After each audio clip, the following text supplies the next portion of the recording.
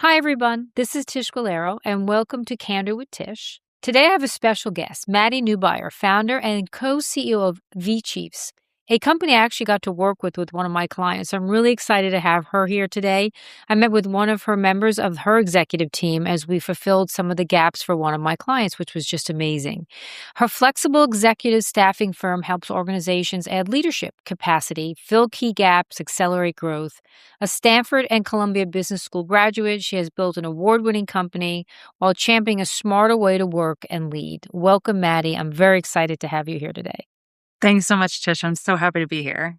And yes, I was excited when I saw your company name because I Yeah. had a client several years ago that highly recommended your business Oh, that's so kind. I'm so glad to hear that. because you have a unique way of finding the right talent for a leadership team. And that's not easy because leaders have trouble building their own leadership teams. So my first question is, how do you know how to find that right fit for an organization that you're not part of, but you get to meet a couple of minutes to each of the leaders or maybe the leader? How do you navigate that? Yeah. Well, when we think about matching, because we have a pool of talent of over 400 senior executive leaders who we place into roles with our companies, we think about who from that pool of talent is the right fit for that company. And there's a number of different things we think about.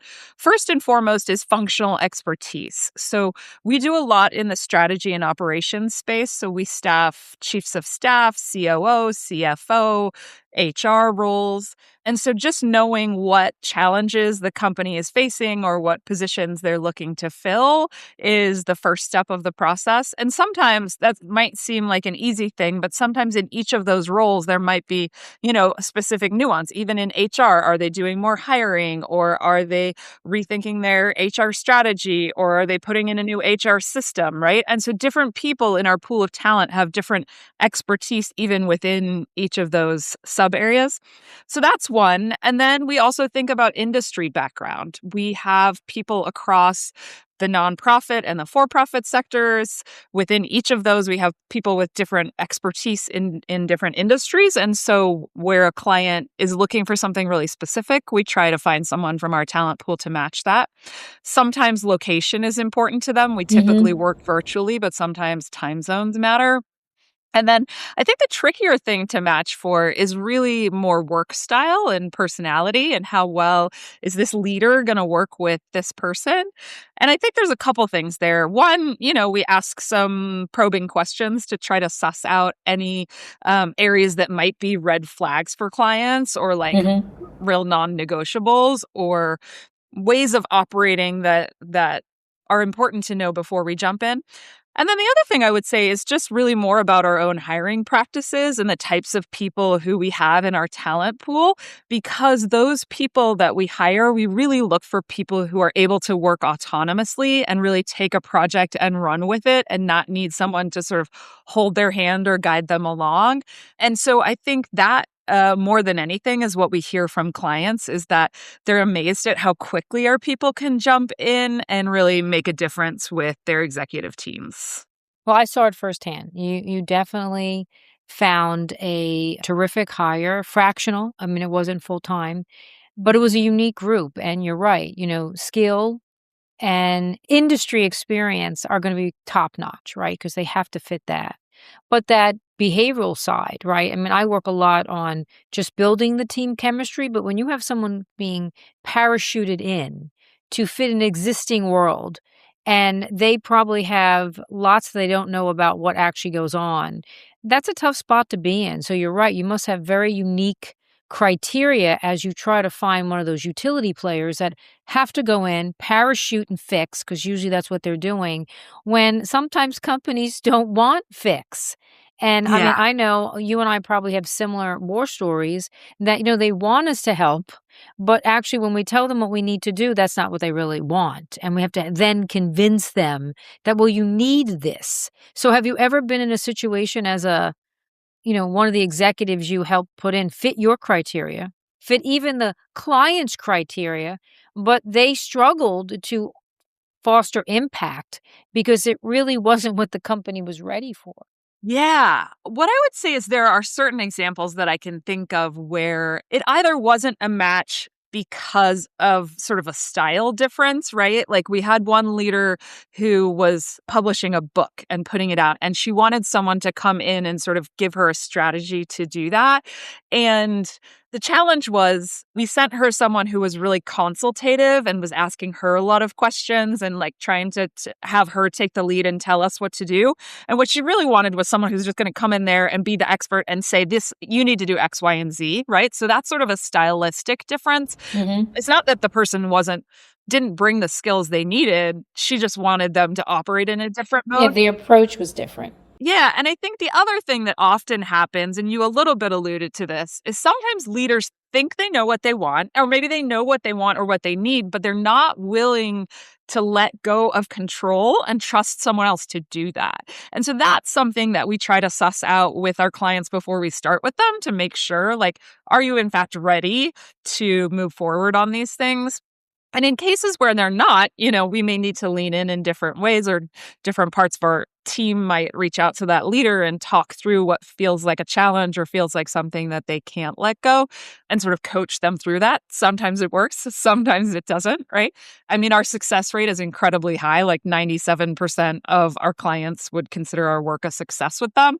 But, there are those rare cases where they're just not, they think they're ready, but they're not. And it's probably the right level of hires you're supporting. They're already strategic and senior.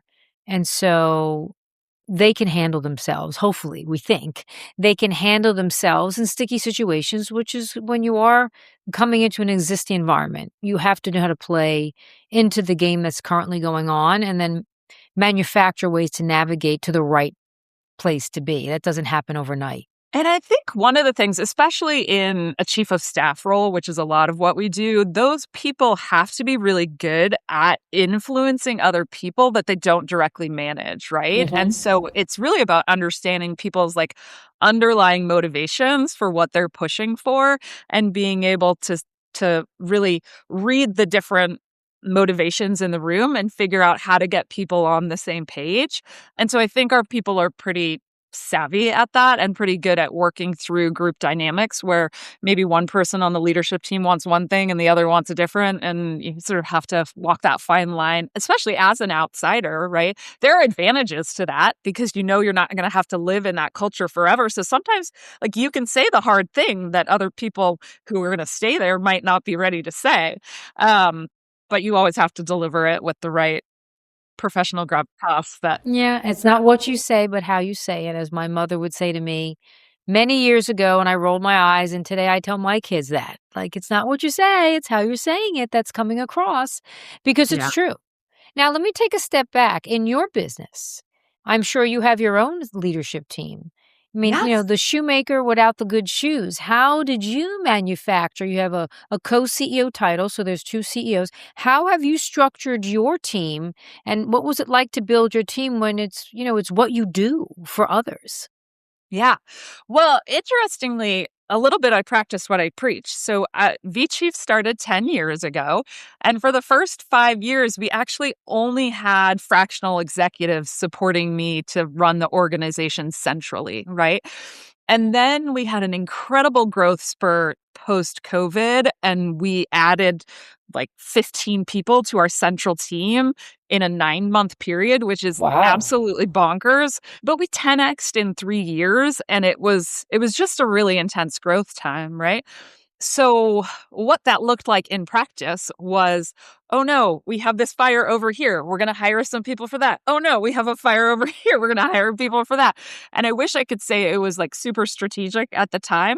It did start out a bit strategic. I wanted to grow, and I hired one of our consultants was doing some work for one of our clients in business development and having wild success. And I was like, "Oh, well, can you do that for me? Can you do that for Vici?"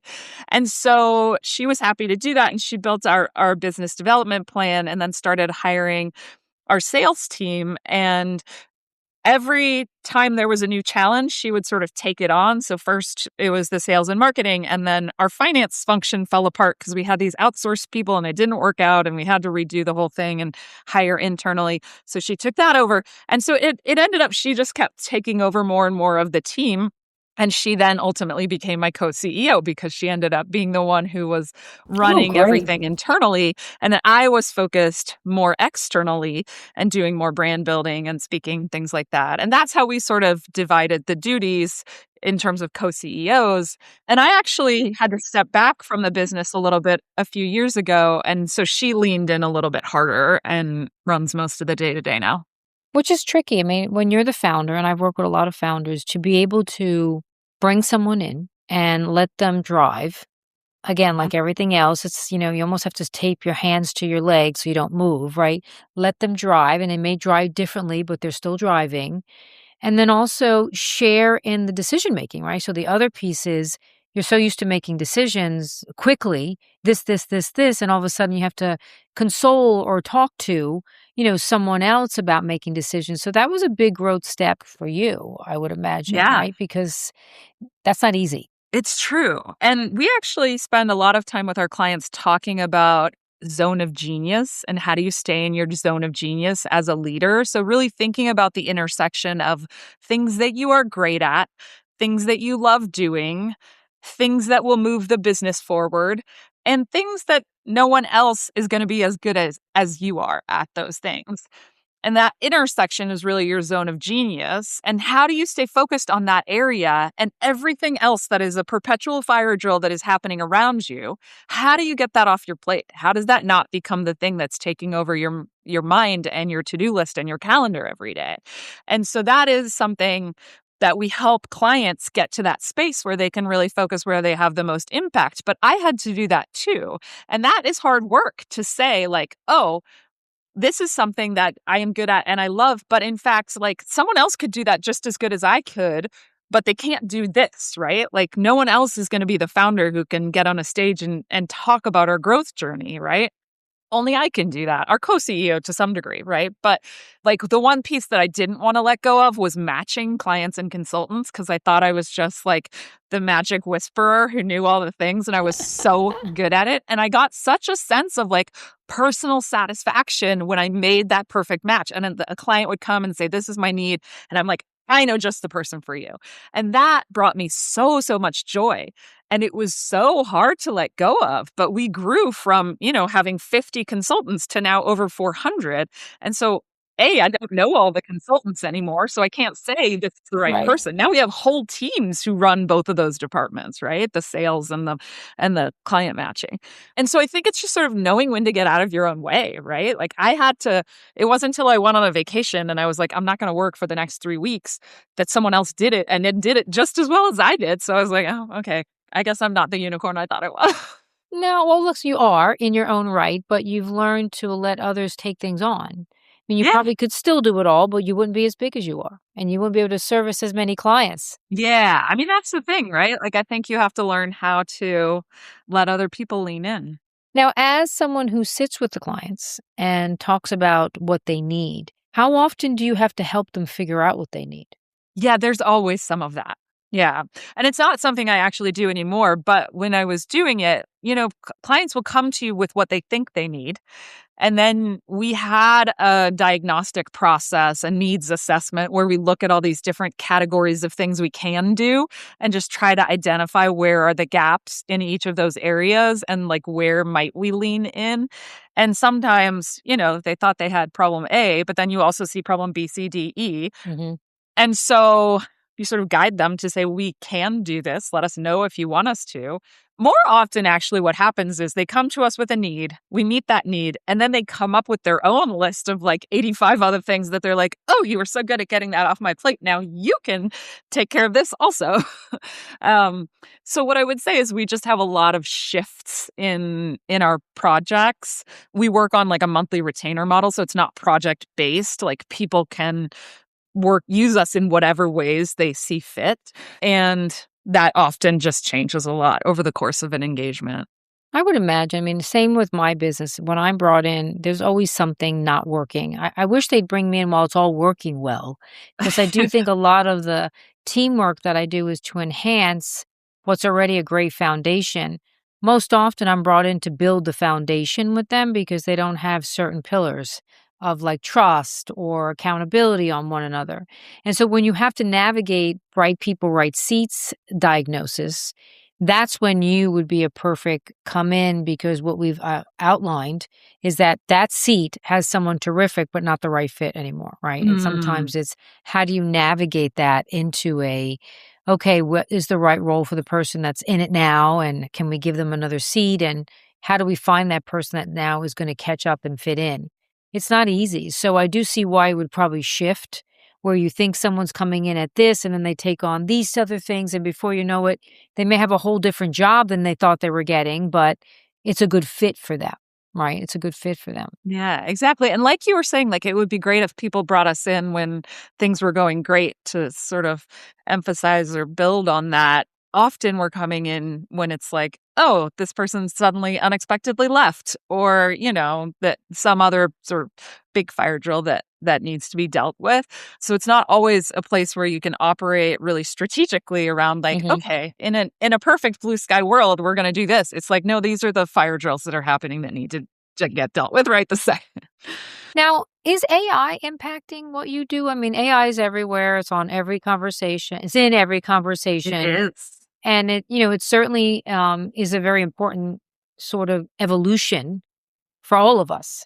But how is it impacting what you do, or does it impact what you do? Yeah, I would say it's starting to.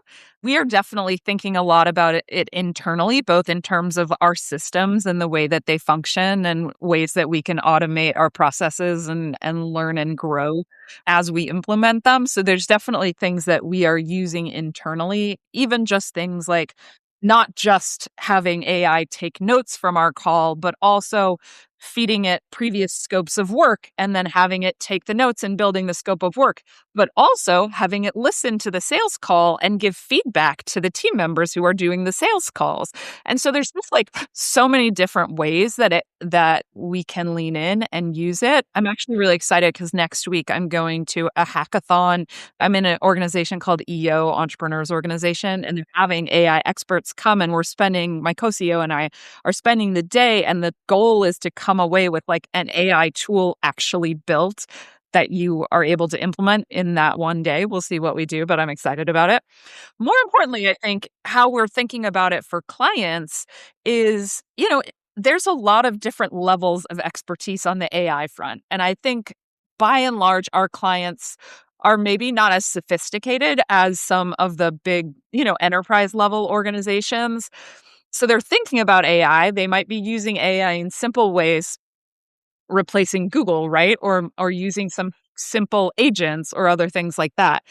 We are not AI experts, like people are not outsourcing to us to do AI development, but our people, we are working to build the skills in AI of our consultants so they can come in with our clients and say, here are some ways that you could use off the shelf AI in different ways in your organization, whether that's reporting or, other things like that just take off some of the administrative burden from other people on the team. And then when there are, sort of bigger custom AI type projects that could be good, we have a number of AI development organizations that we are partnered with that we will send work to. So it is just something that is super top of mind. Every conference that I've been to lately, that's literally all anyone is talking about. I But I know, it's think so true. everybody's in this space of like, I know I should be doing this and I'm not doing it as much as I want to be. And so I think we are bringing the quick, easy lifts, right? Where you can get a lot without doing a whole lot, and then knowing when to bring in the real experts. No, and I agree. I mean, I do think many of us know how to use it, because I think we do use it. I just think certain people are under the impression that it's going to have this magical either saving of revenue or cost or headcount reduction. Instead, we should look at it mainly as an efficient way to operate. And then if the efficiency leans itself into realizing you need that many people in that group, hey, we consolidated over here, that's one thing. But I think we're all starting with the consolidation project first, not the use of it. I think we're smart enough to know how to use it. There's 5 different versions. Everyone knows how to get content and have it create stuff for you. And as long as you know what you're looking for, you actually can get great output.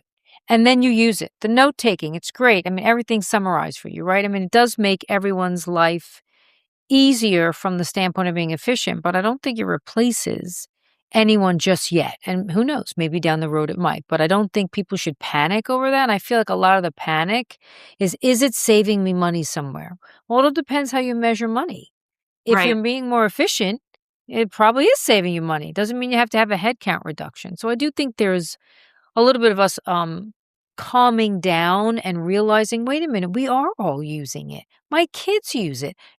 Adults and businesses are using it. So that's not the case. But I appreciate how you're integrating it into making you more efficient to make your clients more efficient in actually what they're asking for. Because there's nothing like a summary of what they just said when they go, did I say that? Right? Because sometimes you even forget what you've asked for. Right. And that's Yeah. just the way it is. So I have one last question that I do think is a terrific quote from you, which is you help businesses leaders work smarter, not longer. And I do think AI fits right into that, by the way. When you see things today in the market, and you're watching, where overall we could be working, smarter and instead of longer. What would be one of those areas that you think would be good for us to take a look at as companies, CEOs, leaders, kind of looking at fine tuning their way of working? Honestly, I think in many ways it's really a mindset shift, right? Less than like a specific, like, oh, we all should not do this, right? I think when I talked a little bit earlier about the zone of genius, I think as leaders, we are all stretched thin. And so many people are in like back to back meetings every day. And I would argue that like probably half of those meetings don't need to exist. Like, we don't need to be on a meeting to get updates from someone. Like, that's much better in an email. Let's be on meetings where we're making decisions or having robust conversations or disagreements. And I think there is this mindset among leaders and among entrepreneurs that, like, if you're not hustling and working 50, 60, 80 hours a week, you're not doing enough. Mhm. And I am of the opinion that if we, like I said, work smarter, you can work a lot less hours and actually have way more impact because you're spending your time on the things that only you should be focused on, right? And then you're automating with AI or other tools and delegating to other people on your team the things that, either don't bring you joy or you're not great at, or somebody else should just be doing. And so I think in general, I think we as Americans spend too much time working. And if we had more time to spend, with the people that we love or on other passions, not to say that like work isn't important. I just don't think anyone is on their bed, graveside saying, gosh, I wish I worked more. Yeah. And so I'm really passionate about helping people see like you don't actually have to work insane amounts in order to have a successful company. I built vChief into a 5-time Inc. 5000 company working less than 20 hours a week.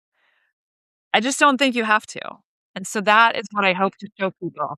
You work smart. It sounds like you know to work smart, Maddie, and I do appreciate that. And I've heard great things. I am someone who actually saw the impact you brought to a company. So you have some magic to what you're doing, like everyone else is their magic or their genius zone that they have.